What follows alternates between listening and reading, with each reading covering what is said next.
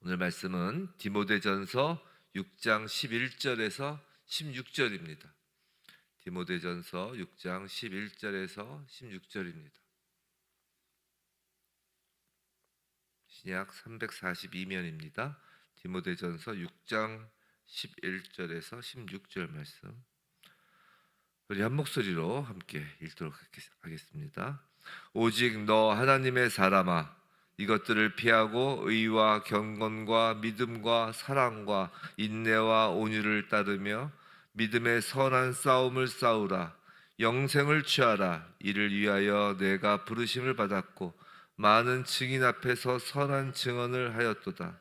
만물을 살게 하신 하나님 앞과 본디오 빌라도를 향하여 선한 증언을 하신 그리스도 예수 앞에서 내가 너를 명하노니 우리 주 예수 그리스도께서 나타나실 때까지 흠도 없고 책망받을 것도 없이 이 명령을 지키라. 기약이 이르면 하나님이 그의 나타나심을 보이시리니 하나님은 복되시고 유일하신 주권자이시며 만왕의 왕이시며 만군의 주시오. 오직 그에게만 죽지 아니함이 있고 가까이 가지 못할 빛에 거하시고 어떤 사람도 보지 못하였고 또 볼 수 없는 이신이 그에게 존귀와 영광 영원한 권능을 돌릴지어다. 아멘.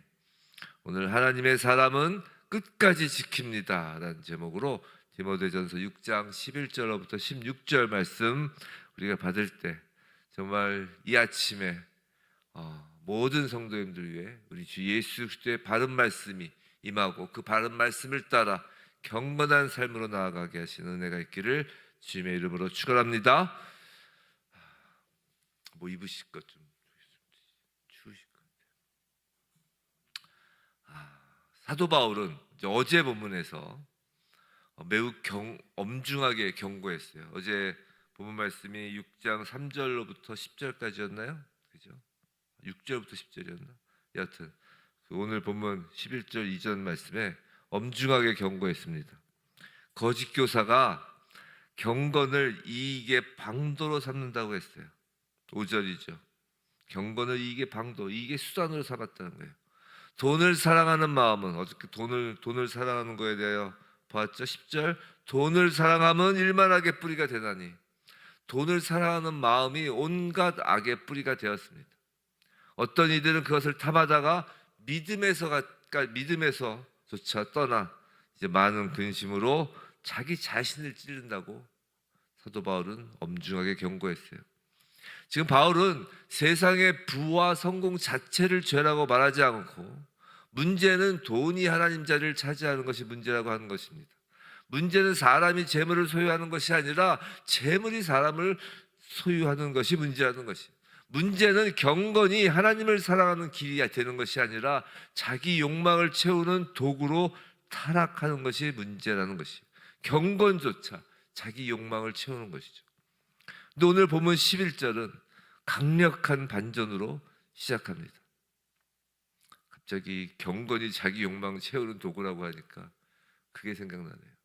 그 사리 아시죠? 사리. 그 사리 이렇게 스님들이 이제 돌아가시면 이제 화장을 해서 사리가 나오면 이제 등 같은 데다가 이제 비석 같은 데 이렇게 뭐죠? 탑 같은 거에 사리탑 만들고 하잖아요. 제가 그 사리 얘기하는데 어떤 분이 그러시더라고요. 자기 할머니를 이제 요새 다 화장을 하니까 할머니를 화장했더니만 웬만한 고승보다 더 사리가 많이 나왔다는 거예요. 평생 자녀들 키우느라고 고생하니까 이게 돛 닦는 것도 자기 욕망을 채우는 겁니다. 그 살이 나온 걸 탑을 만들어서 뭘 기념합니까? 기념하기는 열심히 세상 살다 보면 살이도 나오는 것입니다. 여하튼 자기 욕망, 경건조차 우리의 신앙생활이 자기 욕망을 채우는 것이 되면 안 돼요. 뭘 죽어서 제가 늘 그러잖아요. 호랑이는 죽어서 가죽을 남기고 사람은 죽어서 이름을 남긴다고. 제가 참 그 속담이 비성경적이라고. 뭘 자기 이름을 남깁니까? 전그 속담에서 그거는 참 좋다고 생각해요. 호랑이는 죽어서 가죽을 남기는 건 참 좋은 일이죠. 호랑이 가죽이야 쓸 때라도 있죠. 근데 사람 죽어서 이름 뭐에다 갔었습니까? 호랑이 가죽이 훨씬 난데. 그거는 호랑이 세계에서 만든 속담 같아. 야, 우리 가죽이라도 남기지. 사람들은 남길 게 없으니까 이름 남긴다 그러더라. 그런 것 같아. 여하튼. 근데 오늘 본문 11절, 오늘 본문에서는 강력한 반전으로 시작하는 거예요. 그런데 너 하나님의 사람아 라고 말하는 것입니다. 세상 사람이 아니라 너 하나님의 사람아 라는 것이에요. 세상 사람은 경건조차 자기의 유익으로 삼는데, 신앙생활이라는 것도 조차, 종교생활조차 자기 살이 담기겠다고 그러는데, 너 하나님의 사람아, 세상은 돈을 사랑하라고 말하는 거예요. 세상은 더 높아지라고 말하는 것이에요. 세상은 더 많이 가지라고 말하는 것이에요. 세상은 하물며 종교까지도 네 이름을 남겨라, 네 살이를 남겨라라고 하는데, 그런데 오직 너 하나님의 사람아 라고 사도 바울은 강하게 이야기를 하는 거예요. 그렇다면 하나님의 사람은 어떤 사람일까요? 하나님의 사람은 세상의 흐름에 끌려가는 사람이 아니라는 거예요.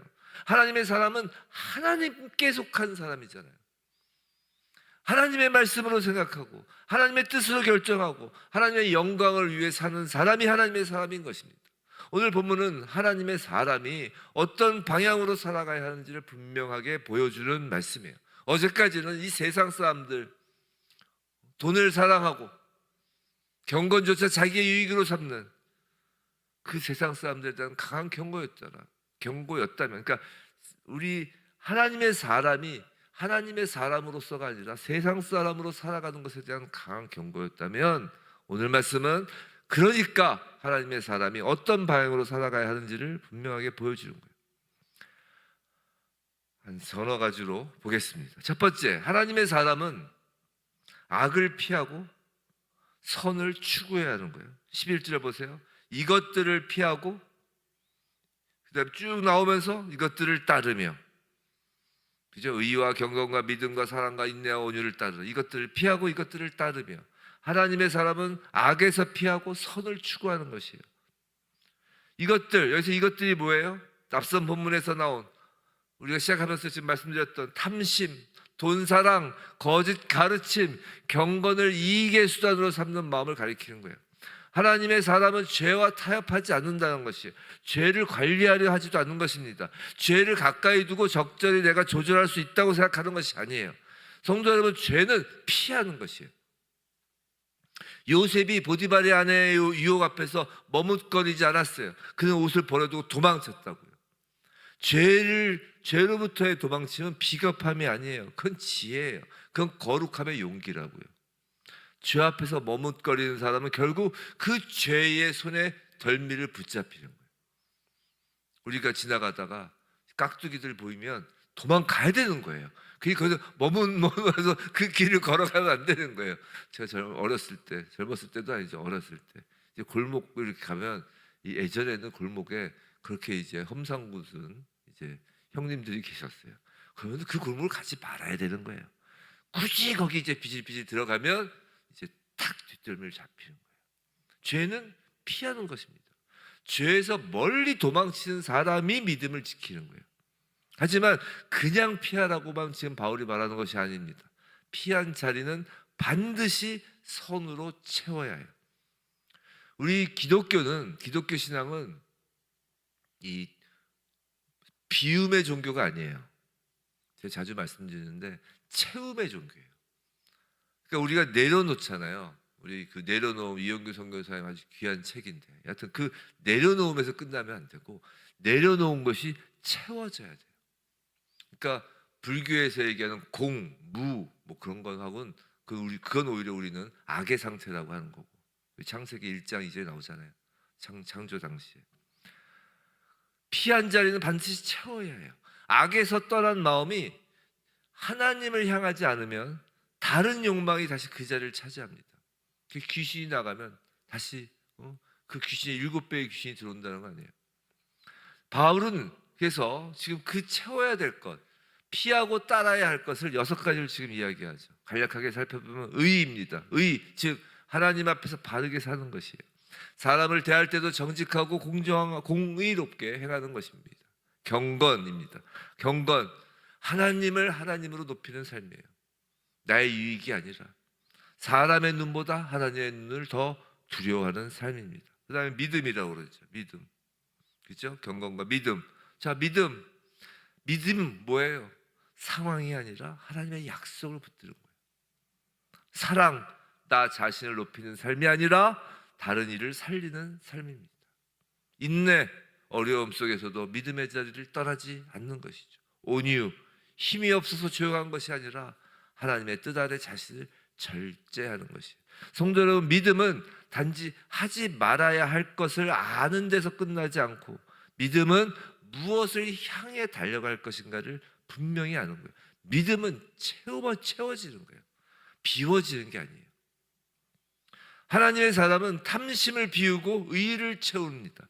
하나님의 사람은 세상의 인정을 피하고 경건을 따르는 거예요. 하나님의 사람은 자기 중심을 피하고 사랑을 따르고요. 하나님의 사람은 쉽게 포기하는 마음에서 피하여 인내를 따릅니다. 하나님의 사람은 분노와 다툼에서 피하여 온유를 따른다고 하는 거예요. 성도 여러분, 우리의 삶은 지금 무엇을 피하고 무엇을 따르는가에 따라 드러나는 거예요. 죄에서 멀어지고 거룩함을 향하여 달려가는 자가 하나님의 사람입니다. 자, 하나님의 사람 두 번째 12절이에요. 하나님의 사람 두 번째는 믿음의 선한 싸움을 싸워야 하는 거예요. 12절, 믿음의 선한 싸움을 싸우라, 영생을 취하라. 바울은 지금 디모데에게 싸우라고 말합니다. 근데 이 싸움은 사람과 멱살잡이하는 그런 싸움이 아니에요. 내 자존심을 세우기 위한 싸움도 아닙니다. 이겨먹으려고, 사람을 이겨먹으려고 하는 그 싸움이 아니에요. 교회 안에서 내 생각을 관찰하기 위한 싸움도 아닙니다. 믿음의 선한 싸움은 진리를 지키는 싸움이에요. 거짓을 거절하는 싸움입니다. 죄와 싸우는 싸움이에요. 세상의 유혹에서도 복음의 길을 지키는 싸움입니다. 우리에게 남아있는 이 육신의 그 정욕과 안목의 정욕과 이생의 자랑, 이것이 남아있기 때문에 이게 우리 자신과 싸움이에요. 사실 우리 영적 전쟁 하는데, 영적 전쟁은 자신과의 싸움이에요. 자기 안에서 있는 그 죄의 잔상과의 싸움이라고요. 세상은 진리를 지키는 사람을 고집스럽다고 말할 수 있습니다. 꼰대라고 이야기할 수 있어요. 전 사실 크리스찬들이 꼰대라고 이야기 들을 수밖에 없다고 생각하는 사람이에요. 아니, 꼰대라고 얘기를 들으면 어때요? 진리를 지키는데, 진리는 불변하는 거잖아요. 상황에 맞춰서 이 상황 때는 이렇게 살고, 이 상황 때는 이렇게 이야기하고, 이 세대한테 가서는 이렇게 이 세대한테 이야기하고, 젊은 세대한테도 젊은 세대에 맞추고. 그게 아니라, 물론 제가 말하는 건 옷차림이나 뭐 여러 가지를 바꿀 수가 있지만 진실, 본질을 바뀔 수가 없잖아요. 그 본질을 보면 볼수록 크리스찬은 꼰대가 되는 거예요. 2000년 전하고 달라진 게 없으니까. 거룩을 붙드는 사람을 그래서 답답하다고 말할 수 있습니다. 말씀대로 살려는 사람은 정말 시대에 뒤처진 사람처럼 보일 수 있어요. 하지만 하나님의 사람은 세상의 평가에 끌려가지 않습니다. 진리는 시대의 눈치를 보지 않는 거예요. 하나님의 말씀은 시대가 바뀐다고 변하지 않습니다. 바울은 디모데에게 믿음의 선한 싸움을 싸우라고 명령하죠. 여기서의 믿음은 단지 개인적인 감정이 아니에요. 사도들이 전한 복음의 진리입니다. 예수 그리스도의 십자가와 부활의 진리예요. 교회가 반드시 붙들어야 할 생명의 말씀이죠. 그렇기 때문에 우리는 복음을 흐리게 하는 모든 가르침과 싸워야 합니다. 예수 그리스도 외에 다른 구원의 길을 말하는 가르침과 싸워야 합니다. 죄를 죄라 부르지 못하게 만드는 세상의 흐름과 싸워야 합니다. 하물며 세상에선 선하다고, 좋은 일이라고, 착한 일이라고 하는 일과도 싸워야 할 때가 있습니다. 오히려 지금 더욱더 그런 일이 더 많죠. 인권이라는 이름으로, 자유라는 이름으로 하나님의 진리를 대적하는 그들과 싸워야 하는 거예요.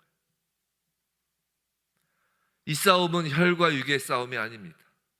사람을 미워하는 싸움이 아닙니다. 제가 예전에 그 차별금지법 그거와 관련된 그 일을 하고 막 그랬을 때, 그때 하나님께서 주신 마음이 있어요.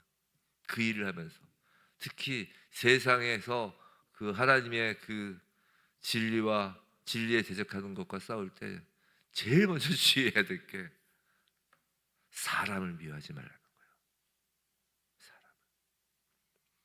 이게 왜냐하면 혈과 육의 싸움이 아니기 때문이에요. 사람을 미워하는 싸움이 아닙니다. 사랑을 잃어버리는 싸움도 아니에요. 그 차별금지법 그때 반대 하면서 그 동성애자들 있잖아요. 동성애자를 향한 사랑을 잃어버리는 싸움이 아니라고요. 그들을 향한 긍휼한 마음을 갖는 거예요.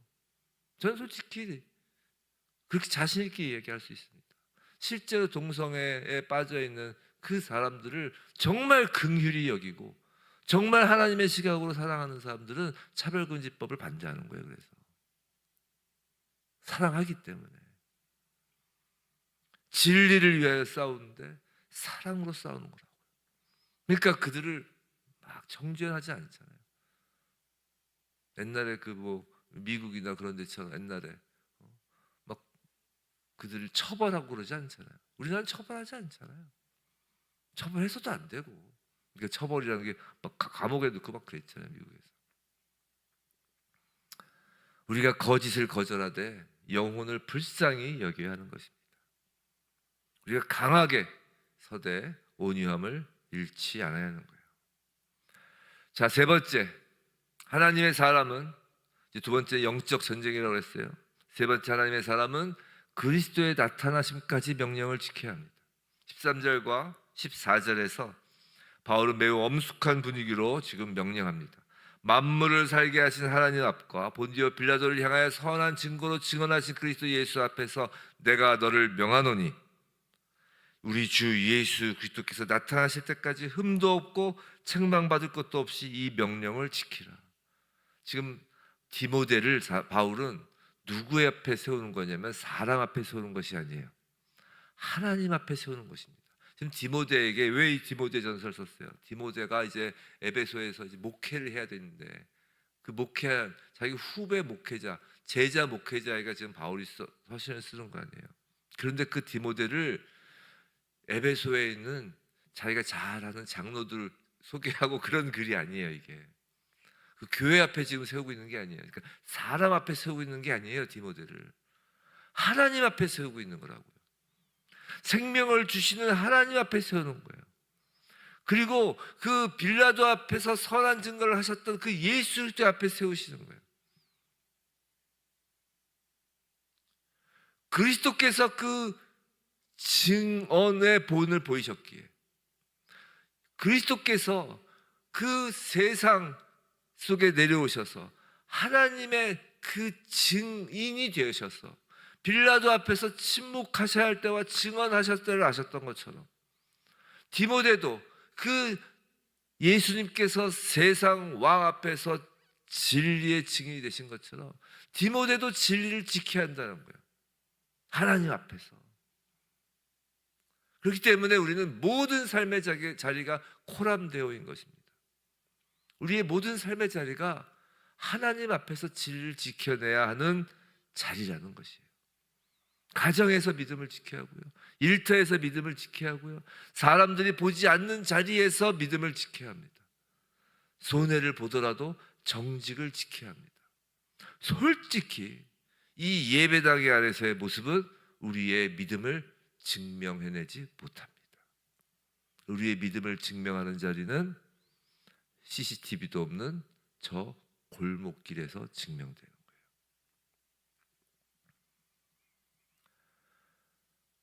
네 번째로 하나님의 사람은 위대하신 하나님을 바라보며 끝까지 견뎌야 합니다. 15절과 16절이죠. 14절까지 바울이 디모데에게 명령을 하고 15절, 16절 찬양하죠. 기도합니다. 기도로 찬양합니다.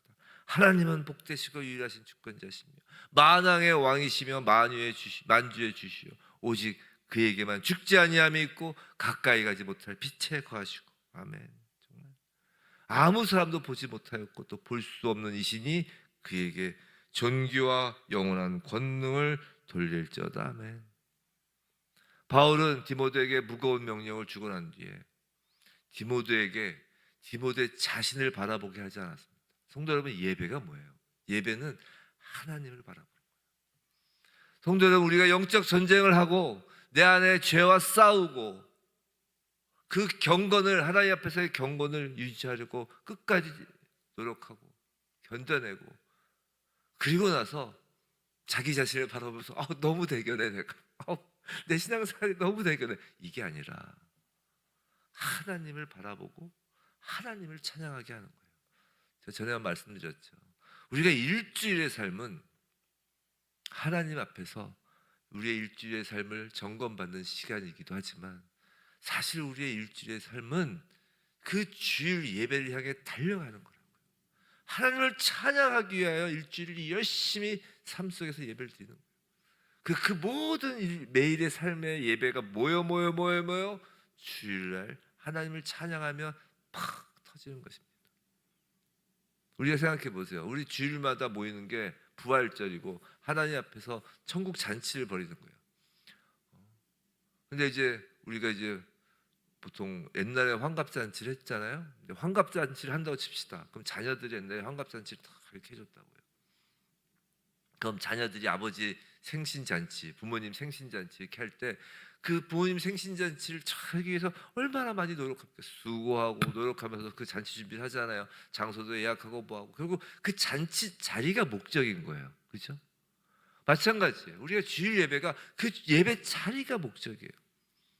하나님을 바라보는 자리라고요. 하나님은 유일하신 주권자이십니다. 하나님은 만왕의 왕이시며 만주의 주세요. 그 하나님 앞에 나아가는 것이에요. 세상 권세는 결국 하나님의 심판 앞에 섭니다. 그러니까 세상의 권세를 두려워하는 게 아니라, 우리 일상에서 세상을 두려워하는 것이 아니라 그 하나님을 경외하며 나아가는 거예요. 그것을 이제 우리가 눈에 보이는 예배를 통하여 그것을 이제 주일날 하는 것이고, 그렇게 우리가 영과 진리로 일주일의 삶을 그 예배를 향해 막 쏠려서 그 드리는 그 예배가 주일날 예배 드릴 때 성령 충만함으로 은혜가 쏟아지는 것입니다. 우리가 그 하나님 앞에 나아가는 것이 바로 하나님의 사랑입니다. 근데 언제까지? 끝까지 가는 거예요. 어디까지? 새하늘과 새 땅에 도달할 때까지. 그러니까 우리가 아까 이제 오면서 우리 권사님하고 차에서 얘기를 했는데, 자는 거에 대해서, 잠에 대해서 참 나이가 들어도 잠이 없다고 하지만 잠을 참 좋아하신다고 하시더라고요. 저도 잠을 참 좋아하는데, 가만히 생각해 보면 우리가 매일 잠을 자는 건 매일 죽음을 연습하는 것 같다는 생각 들지 않으세요? 마찬가지로 우리가 매주 예배를 드리는 건 매주 새하늘과 새 땅에 들어가는 걸 연습하는 거라고요. 그러니까 제가 그랬잖아요. 우리가 그 예배 안 드리다가 갑자기 딱 천국 가면 깜짝 놀랄 거예요. 안 하던 거 하려니까 힘들고, 하나님은 안 하던 거 하다가 와서 힘들게 하고 싶지 않으신 거예요. 자기 자녀들에게.